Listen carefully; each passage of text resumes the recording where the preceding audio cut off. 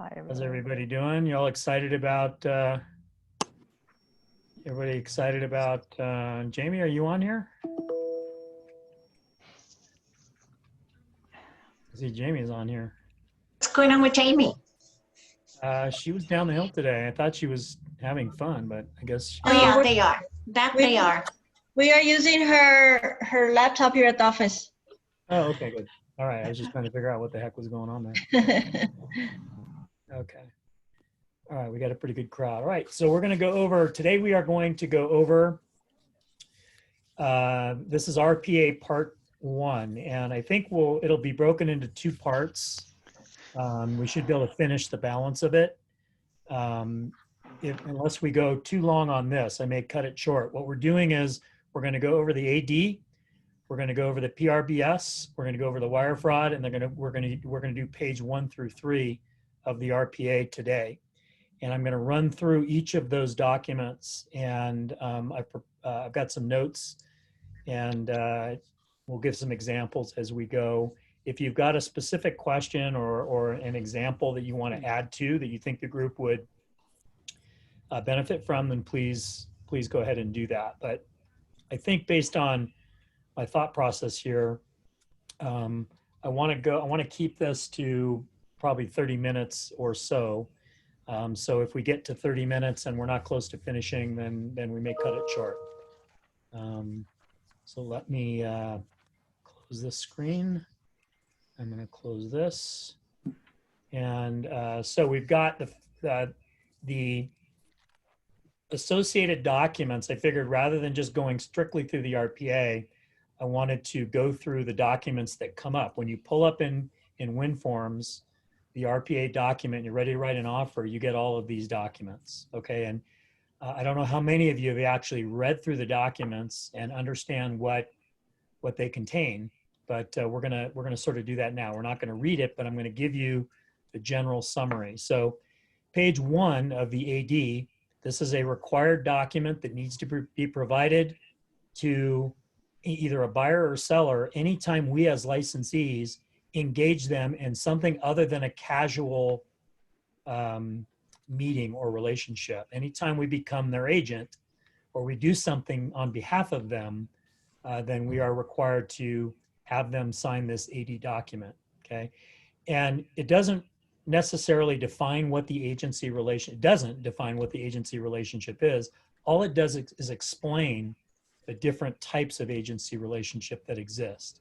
It's confirmed at a later date. So the disclosure advises what the different types of agency relationships are. You're either a seller's agent, you're either a buyer's agent, or you're an agent representing both the buyer and the seller. And we all know and understand that, well, and we'll go into that in a little bit. The actual agency relationship is confirmed when known, okay? And when it's known is when an offer is actually written, because we don't know whether or not you just represent the buyer, for example, or you have a buyer agency, because we don't know who is the listing agent on the property. And we know that dual agency is formed not only when you sell your own listing, it is when you sell a listing that is listed by our brokerage. Okay, so the disclosure simply makes the parties aware of what the possible relationships are. So they could say, well, I don't want you to, or I don't want to be in a dual agency situation. I don't want to purchase a property that is listed, to where I don't have just strictly representation by you. That could happen. And that's a whole nother, issue or concern that we would have to deal with if that came up. Fortunately, it doesn't come up very often. The disclosure goes on to identify the seller and buyer responsibilities as well, and we're going to talk about those. So page 1, if you're a seller's agent, okay, you're acting strictly as the agent of the seller only. And remember, the AD is just explaining to you what these are. It's not saying what you are or what you're doing for them, okay, until you actually write the offer. So to the seller, the agent owes the fiduciary duty of utmost care, integrity, honesty, and loyalty in dealings with the seller. Now that's a pretty high standard, okay? Fiduciary duty, of utmost care. And so what that basically means, and John Wood used to, those of you that have been around for a while, remember John Wood, and he was very good. He would be the one that would be best to explain this. He would sit his client down and he would explain to him that what this means is that I have to think of you, Mr. Seller, before I think of myself. Okay, I owe you a higher duty than I do to my own self. Okay, and for some people, that's tough. For some people, it's impossible for them to do that because they are so much about themselves. But the reality is that's a very, very high standard. And there are instances where we have gotten into trouble because the seller will come back and say, well, you didn't do this, that, and the other thing. And I don't believe that you lived up to that expectation of the utmost care. Now, when you're the seller's agent, okay, when you have a seller agency, you still have a responsibility to a buyer, okay? You don't necessarily have, well, you don't have the fiduciary duty of utmost care, integrity, honesty, and loyalty, but you do have these three things. You have the diligent exercise of reasonable skill and care and performing of the agent's duties, the duty of honest and fair dealing in good faith, we always have that, and duty to disclose all facts known to the agent materially affecting value or desirability of the property that are not known to or within the diligent attention and observation of the parties. So you have a duty, okay, and it explains it right here. And this is all part of the law, okay? Everything that comes out of this agency disclosure is a result of the law. And you'll see that on the second page on the back, or the second page of the document that identifies all the legalese and all of the laws that come into play to determine how much, what we should be doing in this capacity. It goes on to say that an agent is not obligated to reveal to either party any confidential information obtained from the other party that does not involve the affirmative duties set forth above. So again, if you find out something, because you owe that fiduciary to the seller, you find something out about the buyer, you would have to disclose that. But there is going to be certain instances where there might be confidential information that wouldn't necessarily need to be disclosed. I can't give you an example of that, but the document says that we don't have that responsibility. Okay, if you're the buyer's agent, same thing. The buyer, you owe to the buyer the fiduciary duty of utmost care, integrity, honesty. So you'll notice that it's all the same. Basically, it's just who do you owe that fiduciary, that higher level of care to? It is the person that you're representing, either the buyer or the seller. Okay. On the agent representing both buyer and seller, okay, so you act as the agent for both the buyer and seller only with the express consent of the parties. And where that happens is it happens on the PRBS. And we'll see that in a minute. But the seller and the buyer both agree that they're okay with the fact that you are representing them, okay? Dual agency has the following affirmative obligations to both parties. So they have a fiduciary duty of utmost care, integrity, honesty in dealings with either the buyer or the seller. Does that become a problem? Yeah, sometimes it does, right? How can you have that level of representation to both sides? It's very difficult. You have to walk the fine line, okay? And it incorporates those other duties up above, but in dual agency, you owe both parties, no matter whether or not Pat represents the buyer and I represent the seller, okay? We both have a fiduciary responsibility to both the buyer and the seller in the transaction, okay? A dual agent may not disclose confidential information without express consent of the party. If I say to Pat, I think my guy will go here, okay? Or I think this is my guy's bottom line, okay? She can't disclose that. She can't disclose that to the other side because she owes a fiduciary. She can't disclose that confidential information. Includes but not limited to financial position of either party, motivation, bargaining position, or any other private information that might affect price. I can give you multiple examples where people do this and they're acting against what they should be in the dual agency situation. They get tidbits of information and they think, well, I represent the buyer or I represent the seller. Well, if it's an in-house deal, you can't do that. Okay, you're not allowed, you're not permitted to share that information without the consent. Now, the other seller may say, well, I'm moving out of state. The seller may say that, and if it's okay, if the seller says it's okay to disclose that to the buyer's agent, and the buyer disclose that, the buyer's agent must have permission to disclose that to their buyer from the seller. Okay. The seller and buyer responsibilities. I told you there were also down in the bottom of the section, there are seller and buyer responsibilities. And what this document does, it advises them to pay attention to the confirmation. So pay attention to what's happening on the offer when it's confirmed, which will commonly occur in the purchase agreement, to make sure that it accurately reflects their understanding of the agent's role.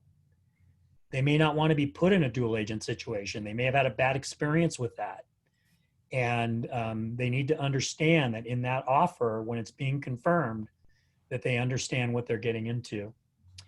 It also advises the buyer and seller to read and understand all documents and to consult an attorney with any legal questions.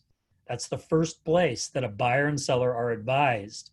We've gone to court and the buyer or seller have used as an example that all the documents were pushed in front of them and they didn't read anything. They just signed everything. Okay, they trusted what it said. Well, the AD is the very first place where it says, we're advising you that you need to read and understand everything that you're doing. Okay, and that comes back on them because they sign a document. And when you're in front of a judge and you've signed a document, you can't say that you didn't read it. Okay, you can't say that you understand, because he's going to then say, well, you signed a document that you didn't understand. I mean, who does that? So it basically is a safeguard advising them that they need to. Tells a buyer that they have a responsibility to protect themselves. That was my magic trick for today. Recommendations to buyer and seller to seek tax advice. Okay, how many times have we got caught in a situation where somebody asks a tax question and we casually answer it? Well, this again is a place that tells them that they need to seek advice from the proper person, a qualified tax advisor. And it has an explanation that the agency document is required to be provided to them by anyone with more than a casual relationship, and that they may receive multiple disclosures from different people. Okay. If you're taking a person out to show property, okay, you're viewing properties with them, you don't have to have an agency disclosure document signed. But as soon as you formalize that relationship and you're ready to write an offer or you're ready to take the listing, the AD is required. Okay. It's the law. And then the back page, which we're not even going to go over, is all the legalese. It's all the information about the law, why we need to do what we need to do, how we need to do it. And so that is required that it be disclosed to the buyer so that they have the ability to find that information if they need it, and seller. Okay, next document, possible representation of more than one buyer or seller. This has been around since 2018. The disclosure is to advise buyers and sellers that at any given time, agents or the brokerage is working with multiple buyers and sellers that may have competing interests. Plain and simple, that's what it's all about. It's telling them that, hey, you're not my only customer, okay? Is that a question? No, okay. Sellers and buyers consent that agent acting as a dual agent can do so. Okay, they're saying that I'm entering into this agreement, and if it turns out that we're going to be doing if it's going to be a dual agency, I'm saying that they're saying that that's okay, that they will agree to it. Seller and buyer confirms that they understand confidential information as stated earlier in the AD. Buyer acknowledges that their offer is not necessarily confidential. A confidentiality agreement would be required if it was to be confidential. Andrea Lassick sent me a message today having a question about whether or not her seller she had multiple offers, whether or not her seller could disclose the terms of the other offers in order to try and get a better sales price. And the answer to that question is yes. It says specifically in the agreements that the offers are not confidential, okay? And that information can be disclosed if the seller chooses to do so and if it works to their best interest.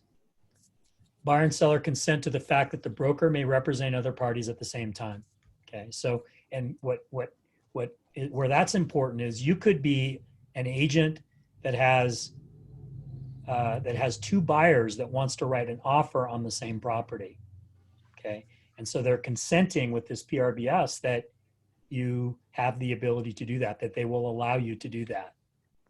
And that is, again, a very fine line to walk, right? Somebody else in the office recently had a situation where they came to me and they didn't quite know how to handle it because they knew that they had two people that were very interested in this property. Fortunately, one of them backed away. The suggestion that I made was, in order to keep everything at an arm's length, right? Because you owe that fiduciary to both of those parties because you've got a buyer's AD. My recommendation was find someone else, okay, that will either represent the other buyer for you, okay, until if they win the deal, then they'll turn it back over, or I'll do it, one or the other. So come to me, I'll negotiate the deal on behalf of the one buyer, you do it on the other one. But there's nothing that says that you can't do both. It's just, it's going to be hard for you to be able to do that and not tell one or the other what the other offer is. Okay. Okay. Last one before we get to the actual RPA, the Wire Fraud and Electronic Funds Transfer Advisory. Believe it or not, this has been around since 2017. It seems like this has just kind of been a recent development, but it's a pretty simple document. It basically gives advice to be careful with electronic transfers and gives them some guidelines with regard to how to verify to make sure that they're sending money to the right place. It also has contact information for the FBI if somebody believes that they've been a victim, and it advises the buyer and seller. Sometimes they just don't know because they haven't done this very much. They don't realize that there are other ways of taking action, delivering money, checks, or some other means other than a wire transfer to get your money to escrow. So it gives them other options because wires are precarious. We send money into a certain bank account and we're not always certain that it is where it's supposed to go. So this is an important document that, again, just advises of those risks. All right, let's talk about the RPA. So I'm going to run through each page and really each paragraph. Paragraph 1, page 1, who the offer is from, the identity of the property, offered price, and the close of escrow date or time period is listed in paragraph 1. And I'll just say that if there's a space on the document, not a checkbox, this checkbox will, if it's not checked, obviously it doesn't apply. But as we go through the document, any areas that have spaces need to have something in them, okay, or they need to have a line, okay. If it's something that needs to be addressed, then there needs to be something in it. Paragraph 2 is the acknowledgement that they received the AD. So the parties are acknowledging that they received an AD, and the confirmation of the agency relationship. If you're representing both the buyer and seller, the seller's brokerage completed checking both the buyer and seller. If it's the same brokerage, both are filled out identifying the agents and licensees. Okay. Acknowledgement, there's also an acknowledgement in paragraph 2, there's an acknowledgement of the receipt of the PRBS. So they're acknowledging that they've received both of those documents. There's no question whether or not they got them. Unknown caller. Steve, Yes.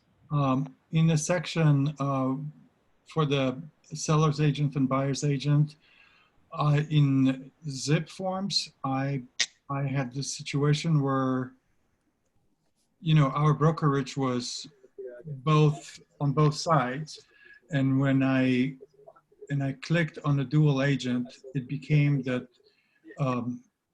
I became a dual agent, not the brokerage.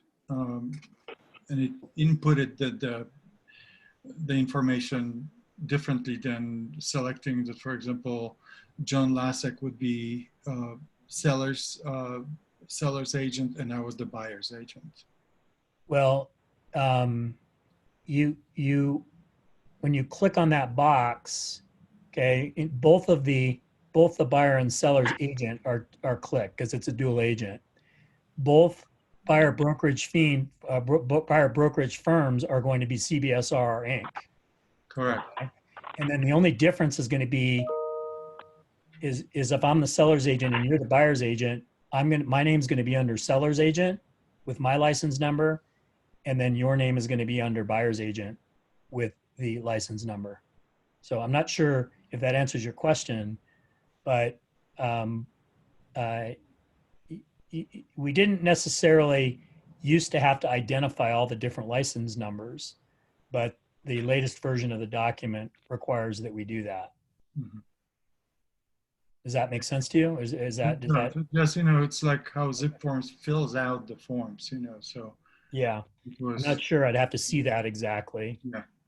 So paragraph 3 is a lengthy paragraph talking about finance terms, and the buyer certifies in that paragraph that the funds that they've given will be good when deposited by the escrow holder. And this applies when they give a check, right? And we typically don't do that now. It used to be back in the day, with every offer, we received a check, and we held the check to be given to escrow. And what they were certifying is and they still can do that. There is an option to do that. We'll talk about that in a minute. But most commonly, they're going to wire their funds to escrow within 3 days. That's typically the way it works. They don't give a check to the agent anymore. Deliver within 3 days of acceptance or old school check with offer.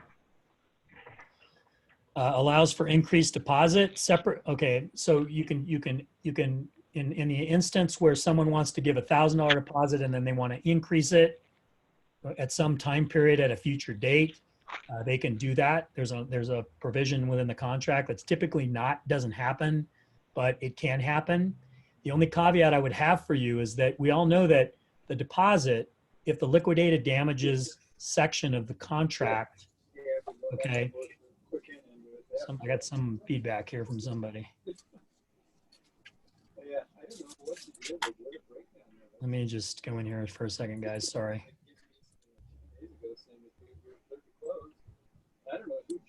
That's Jim Newcomb. I can hear him in the background. Okay,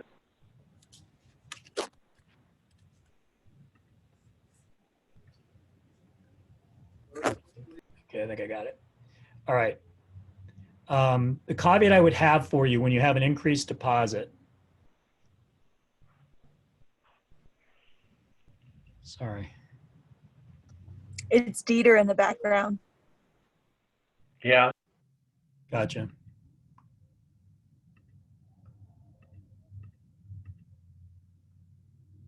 Okay, allowing for increased deposit. So if we sign the liquidated damages section of the contract, we all know that if the buyer defaults, that liquidated damages, and we're going to talk about that later, okay, when I go through that paragraph, but we know that that is the satisfaction, or that is the damages that the seller is able to retain. If you have an increased deposit, the unique thing about it is that's the increased deposit when you deposit it is not covered by that number in the or that liquidated damage statement in the contract. So there have been instances where we've had $1,000 deposit and then they increase it to $10,000 2 weeks later. The deal goes sideways and the seller's expecting to get $11,000. And because there was not a separate liquidated damages statement signed, the only thing that the seller was able to retain for the contract was the $1,000. The additional deposit, $10,000, was not subject to liquidated damages. And what that means is that when you increase a deposit, you have to have the seller or buyer sign a form RID, which identifies the fact that that $10,000 additional deposit is part of liquidated damages.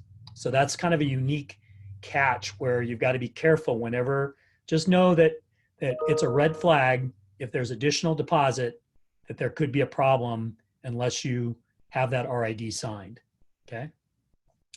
The cash offer box, the deal is not contingent on loan approval. Either sufficient funds attached or box check defaults to 3 days or some other written time period. So The person, if they check that box, they have 3 days to provide that they have sufficient funds to close. Also in paragraph 3, also under finance terms, the loan terms allow for a first and a second trustee deed. It identifies the type of loan. Okay, if it's a carryback, there is a checkbox for an SFA document, which is a seller's financing addendum. If it's an assumed loan, there's an AFA document. So there's 2 separate documents that will get pulled into your transaction if it's either of those 2 things. If you're dealing, and if you're not accustomed to dealing with assumptions or a carryback, highly recommend that you come in and talk to me so we can discuss that, so that you make sure that you do those documents correctly, because it's not something that comes across your desk very often. Complete the sections as they apply. The current rate, typically you'll find out what the current rate is, and I usually add 2 points, rule of thumb. Some people do things differently, but you want to create a little bit of a buffer, because for example, if the loan terms are just broad, best prevailing rates and terms, you'll see that. There can be a problem with that. It loosens up the transaction. If you see that and you receive an offer that says buyer to obtain loan at best rates and terms, you want to counter. You want to counter and make sure that they identify what those terms are. Again, that's part of having the document be complete. If it's a government loan, okay, the buyer has 17 days to submit the FVA form. Okay, and what that is if there are repairs that are required by a VA appraiser, or if there's something that needs to be addressed, their lender requested repairs on the deal, that needs to be provided to, there's a paragraph in it that explains it needs to be provided to the seller within that 17 days, to where they can make a decision on whether or not they will do those things or they won't do those things. Okay. There are going to be instances where you're going to do, in particular with a VA transaction, where the appraiser is going to come back with these things need to be done, peeling paint, some other health and safety issue. They're going to come back and say this work needs to be completed.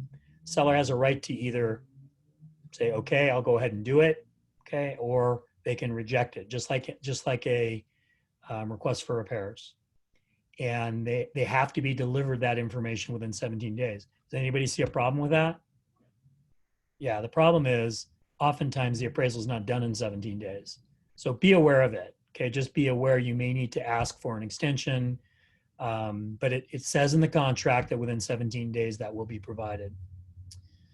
Identified also is the fact that the FHA VA amendatory clause is incorporated into the agreement. Okay, there's a separate FHA VA document that typically the main thing, we're not going to go through that document today, but the main thing in the document says that if the property does not appraise for purchase price or better, the buyer has the ability to cancel the transaction. No strings attached, regardless of what else it says in the contract. Okay, still finance terms. Okay, and then so there's a space for additional financing terms. That's used typically for buyer to seller to pay buyer's closing costs not to exceed $5,000, or some other item that needs to be written in.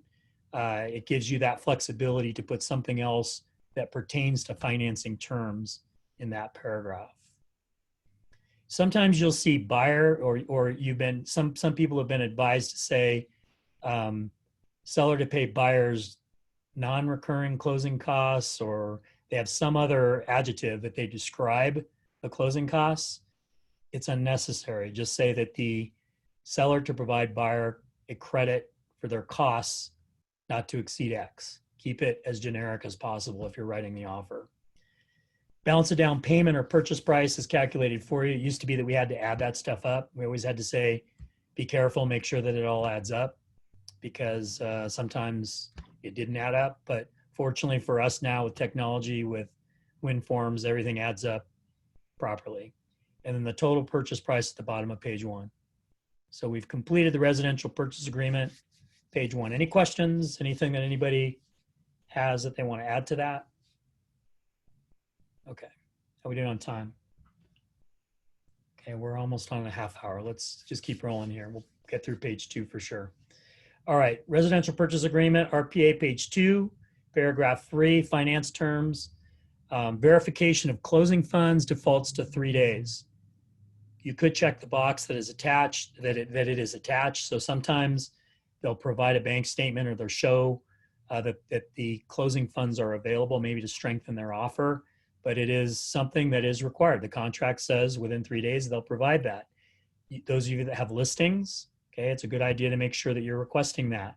Okay, sometimes that's something that's missed, but it's a good idea to hold the people to the contract and have them provide the necessary documentation. You'd hate to get into a situation where the deal gets canceled because the buyer says that they don't have enough cash to close. Your seller's probably not going to be very happy with that. So it's just another verification for us to make sure that things are moving forward as they should. Okay. Appraisal contingency is a default of the agreement. So there's always an appraisal contingency in the contract unless you otherwise check and remove it. So you could check to otherwise not have an appraisal contingency. 17 days is the default time period for the removal of this contingency. Again, do you see any problem with that? Yeah. I mean, oftentimes the appraisal is not done within 17 days. So just be aware of that. But again, that's something else that you as a listing agent need to monitor as an additional timeline to make sure that things are moving forward as they should. Contract defaults to 3 days for the buyer to make loan application. So it can be a different period if you choose, but it does say, and it puts the onus on the buyer that they need to provide proof. They need to provide a pre-qual or a pre-approval letter, basically stating that they've had their financing reviewed. They're working with a lender, okay? Or you can check a box to show that you have attached to the offer that pre-approval or pre-qual letter. Finance terms more. So I told you paragraph 3 is a long one. So finance is probably the biggest section in the whole contract. Loan contingency is a default of the contract again. So there's always a loan contingency, okay, unless otherwise noted. The appraisal contingency, if removed, does not qualify as part of the loan contingency. So let's say that the appraisal contingency is removed at 17 days because they're not worried about it, then it doesn't appraise, okay, and they can't get the loan because it doesn't appraise. That is not a valid contingency. That's not something they can cancel under and get their deposit back. So that's kind of a strange nuance, but it's something to be aware of. Normally, the loan contingency and the appraisal contingencies are removed at the same time. Typically, we don't see them be removed separately, but it could happen. If the buyer is qualified, they can't use the contingency to cancel. Okay, we've got one right now that I'm dealing with where they're canceling because they couldn't qualify for the financing for some obscure reason, having to do with the fact that it was a rental property. They were applying for a second home loan, and they already had a property in Arrowhead Woods. That created a problem for the lender, and they were not able to get the financing that they were going for. There could be a situation where a buyer might lie, and they might say they want to cancel for some reason. And they might lie and say, well, we just couldn't get our loan. Well, if the seller finds out from the lender that actually you could get the loan, you just decided not to, then that contingency is also not in effect. It's not just a blanket. You can't just say, hey, we can't get a loan. Because if you were otherwise qualified for the loan, you just decided not to move forward, that contingency is not a valid contingency. Default for loan contingency is 21 days. Removing the loan contingency does not remove the appraisal contingency. So that remains in place. Just because you remove, they're independent. Just because you remove the loan contingency, again, remember, listing agents, that if they remove the loan contingency but they don't remove the appraisal contingency, and let's say, for example, the property doesn't appraise, even though they remove the loan contingency, they do have that out. So know that they are not one and the same. They're most of the time they're removed at the same time, but they are not one and the same. Checkbox for no loan contingency. It's risky for the buyer in getting a loan, but they can do it. You can I could say, look, I don't really care if I don't get the loan. I'll sacrifice my deposit, or I'm so sure that I'm going to get the loan, I want to have a strong offer. You could always check that box and say that it's not contingent upon me getting a loan.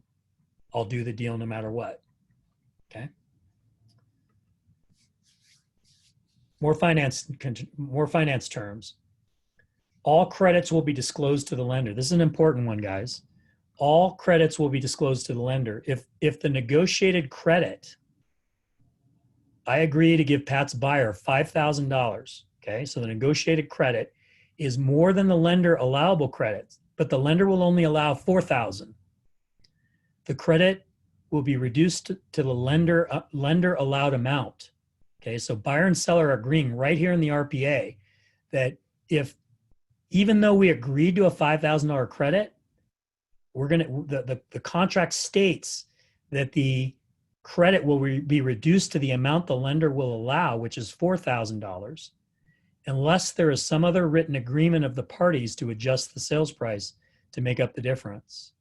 So we run into this where a bigger credit than is allowed is negotiated, and the buyer wants the whole credit, don't they? Okay. And there's no way to get it to them. The only way to get them the difference is to reduce the sales price by that amount.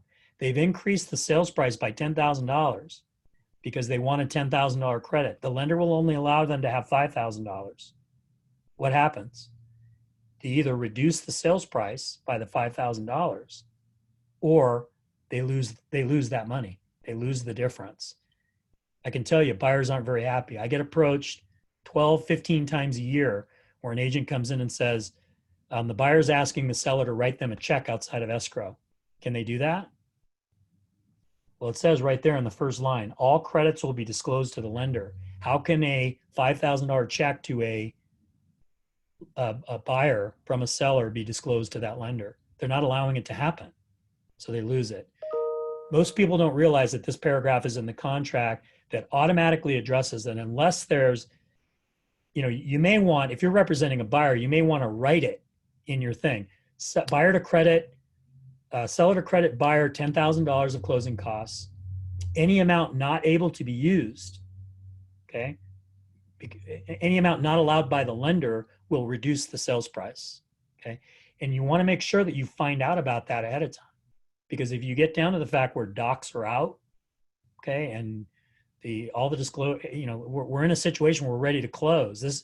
The common problem is we can't adjust the sales price because the docs are done, everything's finished, and then they figure out that they can't use the full amount of the credit, and that's when it goes sideways. And the buyer still wants the money, right? Because they paid that extra money, they want that money. So understand it's there and be careful with that particular paragraph, and red flag when you're talking about credits, okay? Buyer stated financing, sellers relying on the buyer's representation of the type of financing. Ever have a buyer change the type of financing they're doing? Ever have a buyer write an offer to where they're making it look like they're much stronger by putting 50% down? On and on and on. There's many examples. The paragraph in the contract says that the seller has no obligation to cooperate with the buyer's efforts to obtain financing other than what's specified, okay?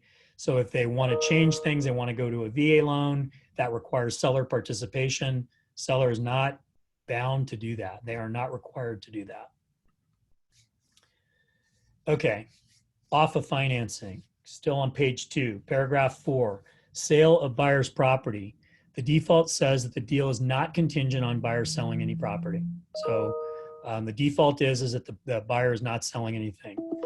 This can be modified by a check mark to incorporate a COP document and make the deal contingent upon the sale of another property. We'll talk about the COP at some other time, but just understand that that isn't a separate document that's built in that defines the terms of how that contingency is going to be laid out and what rights the buyer and the seller have for that contingency. Paragraph 5 is all the addenda and advisories that are attached and incorporated in the agreement. The BIA defaults, and there are others that are optional. You've got a probate, you've got a backup offer. Those are all the addendums and advisories that come into play. Paragraph 6, other terms. This is used If there's going to be, sometimes you'll write furnishings to be included in the contract. If there's a dock or there's some other term that's not finance related that you're going to be writing into the contract. If there's a separate vacant lot next door, you might have in additional terms that the easement that is incomplete is going to be complete, or some other negotiated term between the buyer and seller could go in there. Obviously, there's not a lot of room there. So sometimes you'll have to add an addendum to the contract, which you can specify on the addendum those particular items. We still advise you guys not to put furnishings. Probably best to put docks and furnishings and other things like that on an addendum, and just so that it's not in the body of the contract. Okay. NHD is a default. There are 2 other spaces for parties to agree on other types of, oh, sorry, I skipped. Paragraph 7 is allocation of costs. The section identifies only who pays for the inspection, not who performs any work. So you're not agreeing to anything. All you're doing is you're saying buyer or seller is going to pay for these items. Okay. I got somebody, hang on.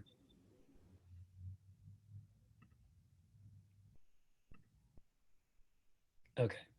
The NHD is a default in this section. 2 other spaces for parties to agree on other types of reports. If there's something that someone might ask for a seller to do a termite report or a lot line survey or something like that, that would be where those would go. Government requirements, who is going to pay for the smoke, CO2, and water heater bracing? The seller is required by law to provide a buyer written statement of compliance unless the seller exempt. Okay, and that is the end of page 2.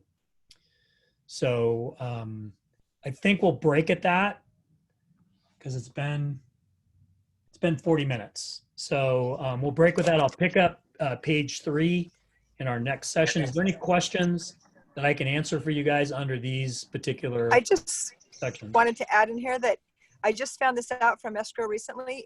On number 5, the addendums and advisories, any box you check there has to be turned into escrow with your contract. Correct. And I didn't used to know that. Yeah, So. correct. Because it becomes a part of the agreement. They have to have a complete copy. We all understand. Let me say this too. We all understand that the RPA are the escrow instructions. Okay, they are the escrow instructions. What we receive from escrow are supplemental escrow instructions. Okay, but the contract is actually the escrow instructions. So what Paula just said there is if there's a box checked on the contract and it's not incorporated in the complete escrow, then there's something missing. And so that's why it has to, anything that is checked in there needs to be added to it. And I'll point out that it's a gray area, okay? But with regard to furnishings, we think of furnishings as a side agreement and we use an addendum for that. But that really is a side agreement outside of escrow between buyer and seller. That's why it's not attached and the box is not checked for that type of an addendum, okay? We're arranging an agreement between the buyer and seller outside of that escrow, okay? That's why it's not checked. Any other questions, comments? Was this helpful? Steve, I have one question. This is Pat. Yeah. On the contingencies, whenever you've got your loan and everything, where you've got the certain amount of days there in order to get them removed. If you don't, if there's a reason it cannot be removed during that time frame, what paperwork do you put together to make that extension happen? Well, there's an extension document that you can execute. Okay. And it's best to do that so everyone is aware that there is an extension. But there's going to be further on in the contract, there's explicit language that says that until the contingency is removed, it is still in effect. Perfect. So all contingencies run until the seller receives a CR with that specific contingency removing it. This is a problem, okay, for a lot of people because they look at 17 days, they look at 21 days. You have a seller that believes that the contingency is removed because the 17 days have passed and that it has not been removed. And that's why it's important if you're a listing agent to ensure that your seller understands that they're granting additional time to execute the extension of time addendum. So you specifically state that you are extending that time period. So is the CR form going to be required on every single transaction? I know a lot of them, we don't do it. Well, So is it going to be required by us in order to close an escrow to absolutely have to have that form done? no, because sometimes the seller doesn't want to issue the ultimatum, right? They don't want the risk. In the current environment, the sellers are much more aggressive because they are, they're in the driver's seat. So they're going to be quicker to cancel escrows. They're going to be quicker to issue notices to perform. But a contingency removal is not a requirement of the contract. If a seller doesn't know that they are allowing additional time, or if they get to the end of the transaction and they don't know that they have they voluntarily made the decision to not force the buyer to remove contingencies, they're going to be pissed. They're going to be really upset because they're not going to be able to retain the deposit. But it isn't a requirement, and it won't be a requirement for us for our contract or for our files it's good practice to get those. Okay. But the seller is ultimately the one that makes the decision. And that's why it's important to do the extensions if you're on the listing side, because sometimes sellers have a short memory about you having that conversation, or they're not clear, or they don't understand that. Okay, thank you. Okay. Any other questions or comments? Okay, I hope this was helpful for you. We'll pick up page 3. We'll probably end up breaking this up into 3 sections, I would imagine, to get through it. But I think it's important to go through it paragraph by paragraph so that you get the flavor for what everything is in there. Okay. All right, guys. Have a good one, and thanks for tuning in. And the recording will be available if you want to go over the recording again. Thank you, Steve. You're welcome. Thanks, Steve. You bet. Thanks, that was helpful. You bet.